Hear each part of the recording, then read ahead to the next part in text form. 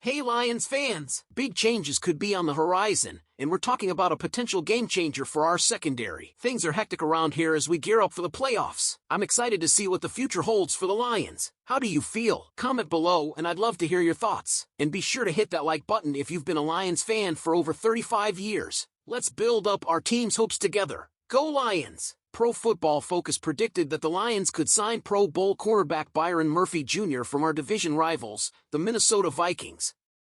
Not only would this move strengthen our defense, but it would also weaken a key competitor.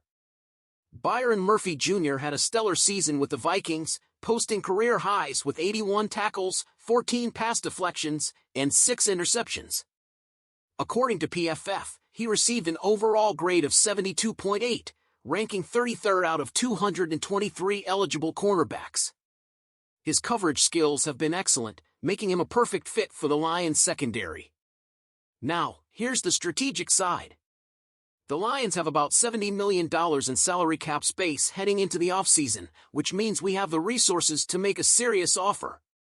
Murphy would be a prime target, especially since Carlton Davis, who we traded for last March, is set to become a free agent after a solid season where he recorded 56 tackles, 11 pass deflections and 2 interceptions before hitting IR. The idea of stealing Murphy from the Vikings isn't just to boost our defense, it's also to take a top talent away from a divisional rival. Imagine the impact, Murphy blocking top receivers while reuniting with our already strong core. He could be the missing piece to an even deeper playoff run next season. Speaking of the playoffs, the Lions have secured the top seed and a first-round bye, which means our focus is on the NFC divisional round. But here's a twist. The NFL just announced a venue change for the Vikings vs. Rams wild card game due to the California wildfires. The game has been moved from SoFi Stadium to State Farm Stadium in Arizona, and that could affect who we face next. Why does this matter to us? The Rams losing home field advantage could give the Vikings the edge they need to win. If that happens, we could face them in the next round.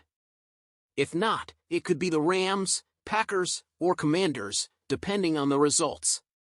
Either way, the stakes are high, and every detail matters in this playoff race. The decision to relocate the game was not made lightly, as public safety is the top priority, with wildfires causing massive damage across California. More than 5,000 structures have burned and more than 130,000 residents have been evacuated. Our thoughts are with all those affected. Lions fans, what do you think of this potential signing? Would Byron Murphy Jr. be the perfect addition to our secondary? And what do you think of the wild card changes? The Super Bowl is less than a month away, and for the first time, it looks like the Lions are finally destined for the big stage. After a franchise best 15-2 season, our Lions enter the playoffs as the number 1 seed and favorites to make it to New Orleans. Can you feel the chills yet? This season has been nothing short of magical, and the experts agree. 6 of Detroit's top sports writers have made their Super Bowl picks, and most believe the Lions will be right there in the spotlight, battling for the Lombardi Trophy. Let's break it down. Dave Burkett is sticking to his preseason prediction of a Lions-Chiefs matchup. He called this matchup back in September and still believes the Lions have the best roster in the league, the most explosive offense originally, and the loudest fans in football. His pick? Lions 31, Chiefs 24. Imagine Goff leading the charge while our defense steps up when it matters most. Carlos Monarrez, however, is a bit more cautious. He acknowledges the Lions' magical run, but points to Kansas City's dynasty status, chasing its 3rd consecutive Super Bowl. His prediction? Chiefs 30, Lions 26. Tough call, but he still believes Detroit will make history just by getting there. Jeff Seidel? Now he's dreaming big.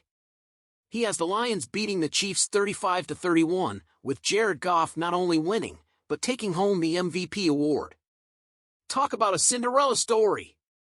But he also hints at some emotional goodbyes, with possible coaching changes following the win. Sean Windsor brings an epic ending to the table.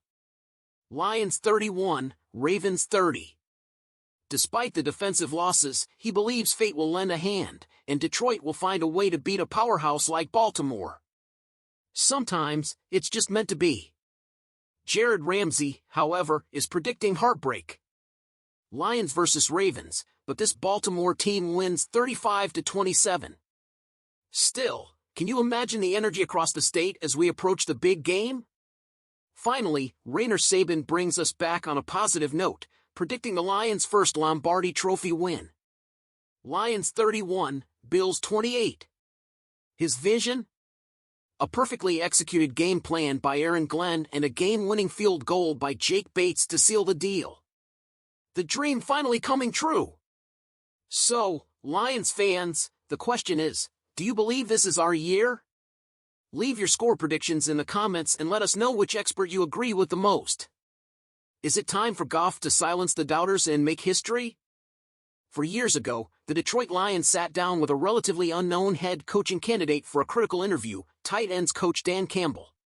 Today, the Lions took to social media to remind us of that moment, posting a hilarious throwback to their initial interview announcement in January 2021. And let me tell you, Lions fans, that interview ended up being a little better than just okay, right? We all remember Campbell's now iconic introductory press conference where he talked about biting his kneecaps. At the time, people thought Detroit was making yet another mistake, especially when the team finished 3-13-1 in his first season. But Campbell stuck to his guns. He built a culture of grit, determination, and belief that has completely transformed this franchise. Fast forward to today, and the Lions just wrapped up a franchise-best 15-2 season, securing the NFC's top seed and home field advantage throughout the playoffs. This turnaround wasn't just luck, it was built on smart coaching, player development, and a relentless mentality led by Campbell himself.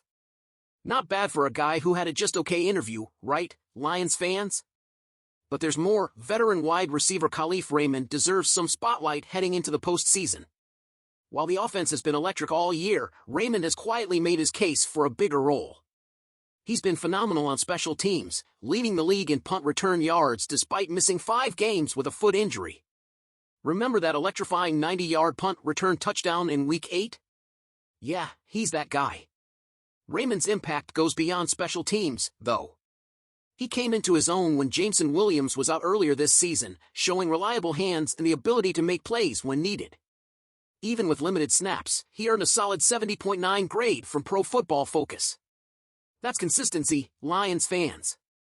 However, by the end of the regular season, he had only played 4 offensive snaps. Now, we get it. The Lions' offense is stacked. David Montgomery is back, Tim Patrick has been solid as the WR3, and those dual tight end sets have worked wonders. But when it comes to the playoffs, every reliable hand matters, and Raymond has proven he can be decisive when called upon. The question is, should the Lions give Kalif Raymond a bigger role in the playoffs? Would his experience and playmaking ability give the offense that extra boost it needs to make a run at the Super Bowl? Let me know what you think in the comments below. And hey, if you enjoyed today's exclusive update, be sure to hit that like button and subscribe to stay up to date on all things Detroit Lions. We have a playoff race ahead of us, and you won't want to miss a second of it. Let's bring home the Lombardi Trophy. Go Lions!